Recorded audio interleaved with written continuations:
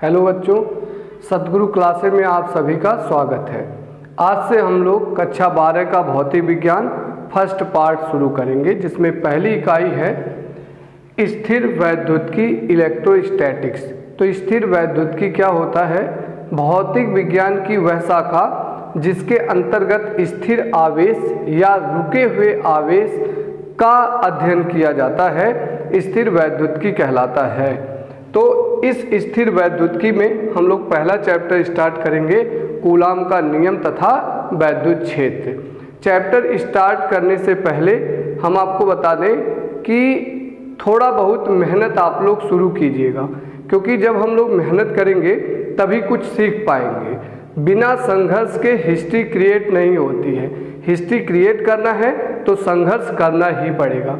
हम लोग मूवी देखते हैं, इतिहास पढ़ते हैं, उसमें वही मूवी वही इतिहास अच्छा लगता है जिसमें संघर्ष अच्छा होता है। तो संघर्ष करेंगे तो मज़ा आएगा, हिस्ट्री अच्छी बनेगी। चलिए चैप्टर को शुरुआत करते हैं। पहला टॉपिक है आवेश। आवेश क्या होता है? आवेश किसी वस्तु का वह गुण है जिसके द्वारा वैद्युत तथा चुंबकीय क्षेत्र उत्पन्न होता है अथवा इनके प्रभाव का अनुभव किया जाता है। तो आवेश होता है कि एक ऐसा कारक है जिसके द्वारा वैद्युत और चुंबकीय क्षेत्र उत्पन्न किया जाता है या वैद्युत और चुंबकीय क्षेत्र का अनुभव किया जाता है। आवेश दो प्रकार के होते हैं, धनावेश और ऋणावेश। धनावेश क्या होता है? इलेक्ट्रॉन की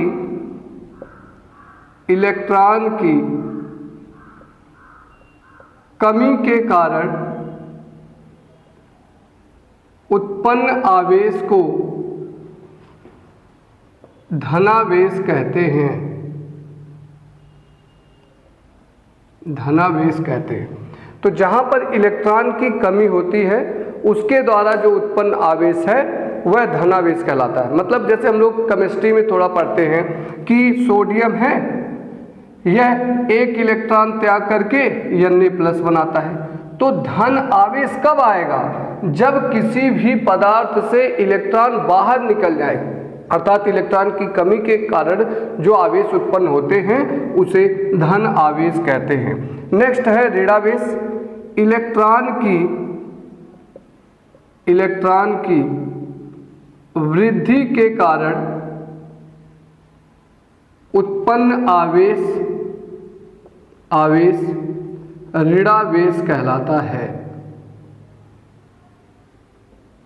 है।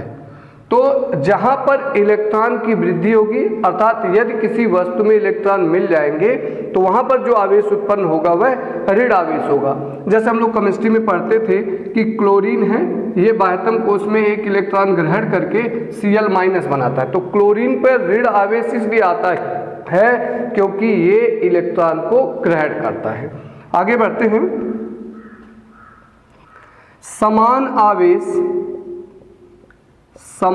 आवेश अर्थात प्लस प्लस या माइनस माइनस एक दूसरे को प्रतिकर्षित करते हैं तथा विपरीत आवेश अर्थात माइनस प्लस या प्लस माइनस एक दूसरे को आकर्षित करते हैं। तो जब भी दो आवेश होंगे, यदि समान आवेश होंगे, सजातीय आवेश होंगे, तो वो चाहेंगे कि वो एक दूसरे से दूर जाए, प्रतिकर्षित करेंगे। यदि विपरीत आवेश होंगे तो वो चाहेंगे कि एक दूसरे के पास आए, अर्थात एक दूसरे को आकर्षित करेंगे। वैद्युत आवेश वैद्युत आवेश अदिश राशि है, अदिश राशि है। ये जो आवेश है यह अदिश राशि है। इसका विमीय सूत्र होता है, इसका विमीय सूत्र AT होता है। वैद्युत आवेश का विमीय सूत्र AT होता है। आगे बढ़ते हैं कि आवेश के मात्रक क्या होते हैं। नेक्स्ट टॉपिक है आवेश का मात्रक। तो आवेश का मात्रक क्या होता है? हम लोग पढ़े होंगे कि वैद्युत धारा बराबर होता है वैद्युत धारा आवेश बटे समय। पढ़े होंगे कि आवेश प्रवाह की दर को वैद्युत धारा कहते हैं। यहाँ से अगर हम लोग निकाले तो आवेश का मान कितना हो, आवेश बराबर वैद्युत धारा और समय का गुणा हो जाएगा। तो वैद्युत धारा और गुणे समय। अब यहाँ से मात्रक क्या होगा? आवेश का SI मात्रक, आवेश का SI मात्रक, वैद्युत धारा का मात्रक एम्पियर और समय का मात्रक सेकेंड। वैद्युत धारा का SI मात्रक एम्पियर सेकेंड होता है, जिसे कूलाम कहते हैं, जिसे कूलाम कहते हैं। तो वैद्युत धारा का मात्रक होता है कूलाम। सीजीएस पद्धति में आवेश का मात्रक स्टेट कूलाम होता है, स्टेट कूलाम होता है। और एक कूलाम बराबर होता है 3 गुणे 10⁻9 स्टेट कूलाम। एक कूलाम आवेश में 3 गुणे 10⁻9 कूलाम स्टेट कूलाम आवेश होते हैं। आवेश के और भी मात्रक होते हैं। आवेश का बड़ा मात्रक फैरड है, फैरड है। 1 फैरड बराबर होता है 96,487 कूलाम, जिसे हम लोग सवाल में अपनी सुविधा के लिए 96,500 कूलाम याद कर लेते हैं और ये वैल्यू हम लोग रखते हैं। तो 1 फैरड बराबर 96,500 कूलाम या 96,487 कूलाम। इसका एक और मात्रक होता है वैद्युत चुंबकीय मात्रक, electric magnetic unit EMU। 1 coulomb बराबर होता है 1/10 EMU। ये होते हैं आवेश के मात्रक। ध्यान देंगे इन सभी चीज़ों पे। आगे हम लोगों का ये आवेश की अवधारणा कैसे आई, आवेश का संकल्पना, अर्थात ये सोच कैसे विकसित हुई, किसके आधार पर आवेश को परिभाषित किया गया, वो क्या है। तो आवेश की संकल्पना इलेक्ट्रॉन के आधार पर हुई है। आवेश की संकल्पना इलेक्ट्रॉन के आधार पर हुई है, आधार पर हुई है। किसी वस्तु में इलेक्ट्रॉन की कमी होने पर धनावेश तथा इलेक्ट्रॉन की अधिकता होने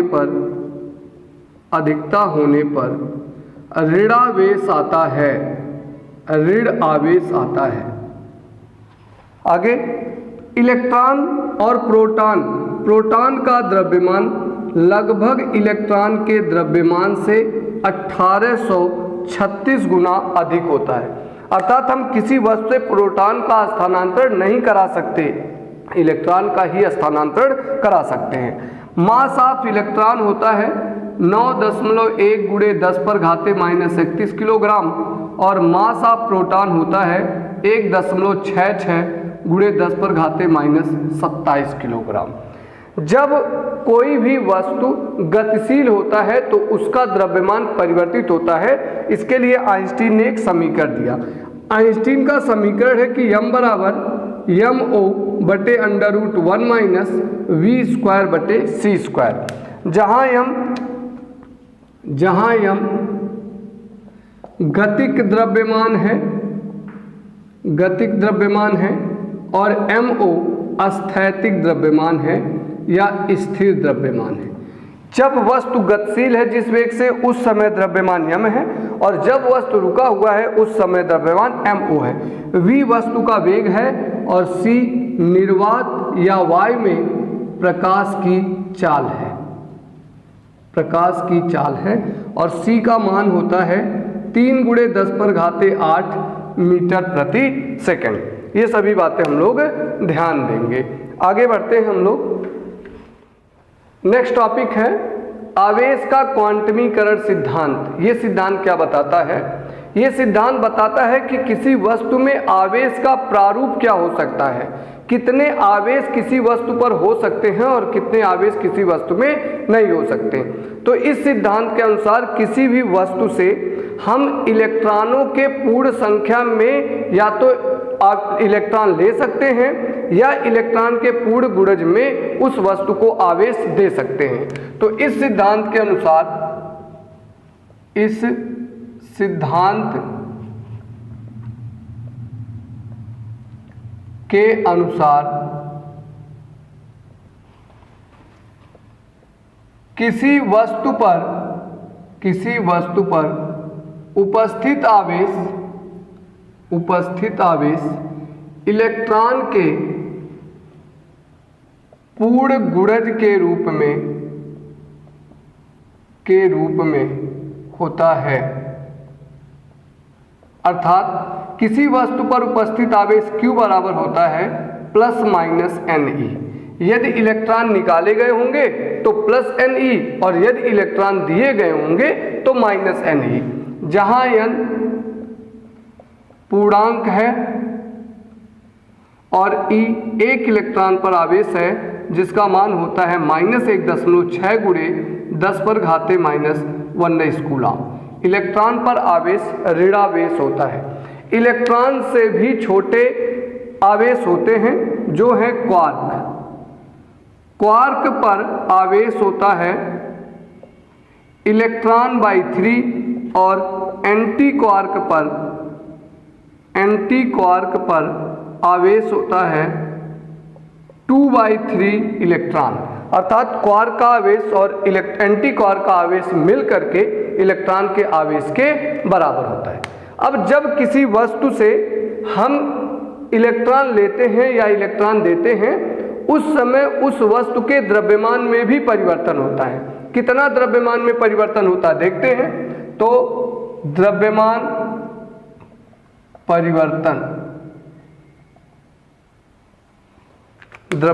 परिवर्तन इलेक्ट्रॉन किसी वस्तु से इलेक्ट्रॉन के स्थानांतरण के फलस्वरूप उसमें द्रव्यमान में भी परिवर्तन होता है। किस प्रकार से परिवर्तन होते हैं देखें। ये हमारे पास एक वस्तु है उदासीन, मान ली इसका द्रव्यमान m है। अब इस वस्तु से इलेक्ट्रॉन की कमी कर दी गई। जब वस्तु से इलेक्ट्रॉन की कमी की जाती है तो उस पर धनावेश आता है। मान लें कि धनावेश वस्तु का द्रव्यमान है m+। अब सोचते हैं हमारे पास इसमें कुछ वस्तु है इलेक्ट्रॉन, अगर हम इस वस्तु में से कुछ चीजें निकाल लेंगे तो निकालने पर जो नया वस्तु मिलेगा उसका द्रव्यमान घट जाएगा। अर्थात उदासीन वस्तु का द्रव्यमान धनावेशित वस्तु के द्रव्यमान से अधिक होता है, या कहें धनावेशित वस्तु का द्रव्यमान उदासीन वस्तु से कम होता है। इसी प्रकार से यदि इसमें इलेक्ट्रॉन की वृद्धि कर दी जाए, अगर इलेक्ट्रॉन इसको दे देते हैं तो इलेक्ट्रॉन की वृद्धि हो जाएगी और इस समय इस पर जो आवेश आएगा वो क्या होगा, ऋणावेश। सपोज करते हैं कि जो ऋण आवेश का द्रव्यमान है वो m- है। अब ये वस्तु था उदासीन, कुछ द्रव्यमान था m। अब इसमें और वस्तुएं मिला रहे हैं, जब मिला रहे तो ऋण आवेश आ रहा है, और यदि इस वस्तु में कुछ वस्तु और देंगे तो उसका द्रव्यमान बढ़ जाएगा। अर्थात ऋणावेशित वस्तु का द्रव्यमान उदासीन वस्तु के द्रव्यमान से ज़्यादा होता है। तो ऋणावेशित वस्तु का द्रव्यमान उदासीन से ज़्यादा और उदासीन का द्रव्यमान धनावेशित वस्तु से ज़्यादा होता है। कितना द्रव्यमान में परिवर्तन होगा? तो द्रव्यमान परिवर्तन delta M is equal to होगा n into mass of electron. जितना इलेक्ट्रॉन दिए हैं या जितना इलेक्ट्रॉन लिए हैं उसकी संख्या में अगर मास ऑफ इलेक्ट्रॉन से गुणा कर दिया जाए तो यह उसके द्रव्यमान में परिवर्तन हो जाएगा। आगे बढ़ते हैं। अगला टॉपिक है आवेश संरक्षण का नियम। तो आवेश संरक्षण का नियम क्या होता है? अब किसी भी प्रक्रिया में जो प्रक्रिया के पहले सभी वस्तुओं का आवेश होता है और प्रक्रिया के बाद सभी वस्तुओं का आवेश होता है वह बराबर होता है, यही आवेश संरक्षण का नियम होता है। तो आवेश संरक्षण का नियम है कि किसी भी प्रक्रिया में प्रक्रिया के पूर्व का आवेश प्रक्रिया के बाद के आवेश के बराबर होगा, अर्थात sigma Q I is equal to sigma Q F. तो प्रारंभिक आवेश का योगफल बाद के आवेश के योगफल के बराबर होगा। जैसे हमारे पास एक वस्तु है जिस पे 3 कूलम आवेश है और एक वस्तु और है दूसरा जिस पर 5 कूलम आवेश है। जब इन दोनों को आपस में मिला दिया गया तो पहली वस्तु पर 2 कूलम आवेश हो गए, तो दूसरी वस्तु पर आवेश बताइए। तो मान लिए कि दूसरी वस्तु पर x आवेश है, तो आवेश संरक्षण के नियम में प्रारंभ के आवेशों का योगफल बाद के आवेशों के योगफल के बराबर होगा। तो यहाँ से 5 और 3 8 क्यू, 2 क्यू पक्षांतर हो गया बराबर x, तो x बराबर हो जाएगा 8 - 2 6 क्यू। यानी कि जो दूसरा वस्तु है इस प्रकार से, तो उस पर आवेश कितना होगा? 6 क्यू के बराबर होगा। इस प्रकार से आवेश संरक्षण के सिद्धांत को हम लोग लगाएंगे। अगला टॉपिक है आवेशन। तो आवेशन क्या होता है देखते हैं, हम लोग समझते हैं।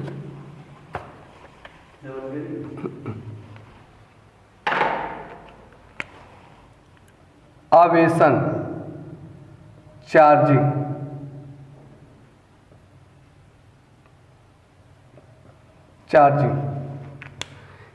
क्या होता है? अब किसी वस्तु को किस विधि से हम आवेशित कर रहे हैं, यही जो विधि होती है उसी को आवेशन कहते हैं। किसी वस्तु को आवेशित करने की प्रक्रिया आवेशन कहलाता है।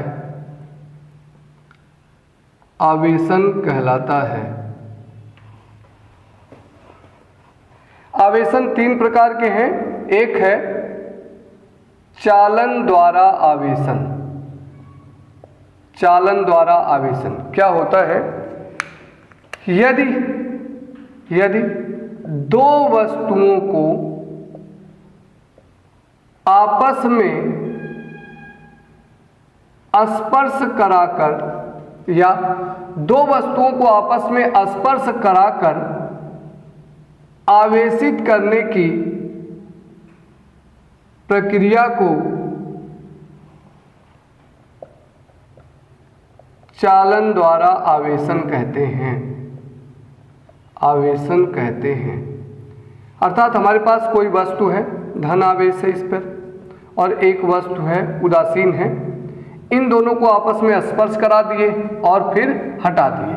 तो इस प्रकार से स्पर्श करा के तो कुछ धन आवेश इसमें हो गए, कुछ इसमें हो गए, कुछ इसमें हो गए। अब कितने आवेश हैं ये नहीं है कि हर एक प्रक्रिया में चालन द्वारा आवेशन में बराबर आवेश ही दोनों पर आए। वो डिपेंड करेगा कि पदार्थ कौन सा है, पदार्थ का आकार क्या है, पदार्थ की आकृति क्या है, इन सभी पर डिपेंड करेंगे।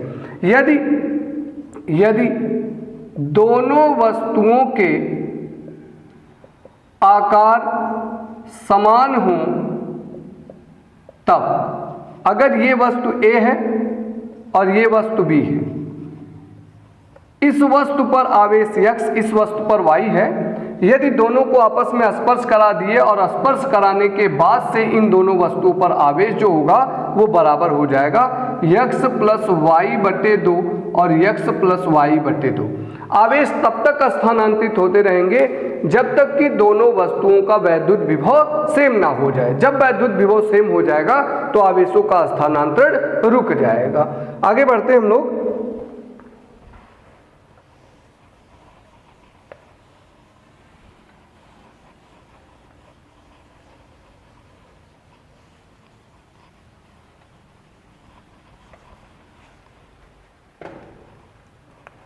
नेक्स्ट है प्रेरण द्वारा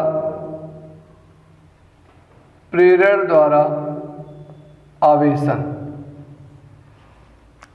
दो वस्तुओं को आपस में बिना स्पर्श कराए आवेशित करने की प्रक्रिया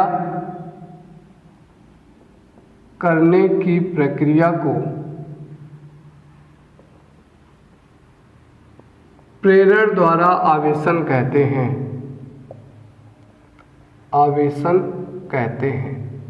अब इसमें हम लोग कैसे करते हैं, हमारे पास एक वस्तु है जो उदासीन है। उदासीन का ये मतलब नहीं है कि इसमें कोई चार्ज नहीं है। उदासीन का मतलब ये भी होता है कि उसमें जितने प्लस हैं उतने माइनस है। प्लस और माइनस आवेश की संख्या बराबर है। हम इसके बगल में एक कोई चालक पदार्थ लाए और उस पर आवेश धनावेश है, धनावेशित पदार्थ है। अब सबसे पहले जब धनावेशित पदार्थ को लाएंगे तो इसके अंदर प्लस और माइनस चार्ज हैं। अब प्लस आवेश प्लस किससे प्रतिकर्षित हो जाएंगे समान, और माइनस आकर्षित हो जाएंगे। तो माइनस आवेश यहाँ आ गए और प्लस आवेश यहाँ आ गए। ये हो गया स्टेप 1। दूसरे में हम लोग क्या करेंगे, इसको दूसरे में इस पदार्थ को अर्थिंग कर दिया जाएगा, पृथ्वी से जोड़ दिया जाएगा। अब ये पृथ्वी से कनेक्टेड हो गए। पृथ्वी को इलेक्ट्रॉन का समुद्र कहा जाता है, अर्थात इसके अंदर बहुत से इलेक्ट्रॉन, असंख्य इलेक्ट्रॉन हैं। कुछ आवश्यकता हुए तो इलेक्ट्रॉन ले लिए जाएंगे, कुछ आवश्यकता हुआ तो ये इलेक्ट्रॉन दे भी सकता है। अब इस टर्मिनल पर प्लस चार्ज है, पृथ्वी का वैद्युत विभव 0 होता है, तो प्लस और 0 विभव है, विभव का अंतर होगा, इसलिए यहाँ से आवेश स्थानांतरित होंगे। सदैव इलेक्ट्रॉन ही स्थानांतरित होते हैं, धन आवेश चल करके पृथ्वी में नहीं जाएगा। पृथ्वी कुछ इलेक्ट्रॉन दे देगी और ये इसके टर्मिनल को न्यूट्रल कर देगी। फिर क्या हो जाएगा, जब ये न्यूट्रल हो जाएंगे तो अगले स्टेप में सबसे पहले हम लोग क्या करेंगे, इस पृथ्वी का कनेक्शन हटाएंगे और इस पदार्थ को ऐसे ही बने रहने देंगे। यदि हम पहले इस पदार्थ को हटा देंगे तो ये संपूर्ण इलेक्ट्रॉन यहाँ चले जाएंगे और फिर से वस्तु उदासीन हो जाएगा। इसलिए सबसे पहले पृथ्वी से कनेक्शन हटाएंगे और इस वस्तु को रहने देंगे, क्योंकि ये इस माइनस आवेश को ऐसे ही पकड़े हुए हैं। अब फिर इस वस्तु को जब हटा देंगे तो हम लोगों का हो जाएगा, चालक पदार्थ को हटाने पर अब ये वस्तु किस आवेश का हो गया, माइनस आवेश हो गया। ये हमारे पास वस्तु आवेशित हो गया। यदि किसी पदार्थ को प्रेरण द्वारा आवेशन में ऋणावेशित करना है तो बगल में उसके धनावेशित वस्तु लाने होंगे, और यदि धन आवेशित करना है तो उसके बगल में ऋणावेशित वस्तु को, चालक को लाना होगा। नेक्स्ट हमारे पास है घर्षण द्वारा आवेशन। तो घर्षण द्वारा आवेशित कैसे होते हैं, दो वस्तुओं को आपस में रगड़कर आवेशित करने की प्रक्रिया को घर्षण द्वारा आवेशन कहते हैं। यदि दो वस्तुओं को हम आपस में रगड़ें और उसके रगड़ने से वो वस्तुएं आवेशित हो जाती हैं तो इस प्रक्रिया को घर्षण द्वारा आवेशन कहते हैं। जितना ज़्यादा घर्षण होगा आवेश की मात्रा उतना ही ज़्यादा जनरेट होगी, कम घर्षण होगा तो आवेश की मात्रा कम जनरेट होगी। अर्थात ये हमारे पास एक वस्तु है, हम इसको आपस में रगड़ करके आवेशित कर रहे हैं। यदि इस वस्तु की विद्युत ऋणात्मकता अधिक है, विद्युत ऋणात्मकता अधिक है, तो जिस वस्तु की विद्युतात्मकता अधिक होगी उस पर माइनस चार्ज आएगा और उसके संगत दूसरे पदार्थ पर धन आवेश आएगा। होगा क्या, अधिक विद्युतात्मक तत्व दूसरे पदार्थ से इलेक्ट्रॉन को अपनी तरफ आकर्षित कर लेंगे, तो यहाँ से इलेक्ट्रॉन जाने की वजह से इस पे प्लस और इसमें इलेक्ट्रॉन आने की वजह से इस पे माइनस चार्ज हो जाएंगे। यहाँ तक आज का टॉपिक खत्म होता है, फिर हम लोग मिलेंगे अगले वीडियो में कल। Thank you.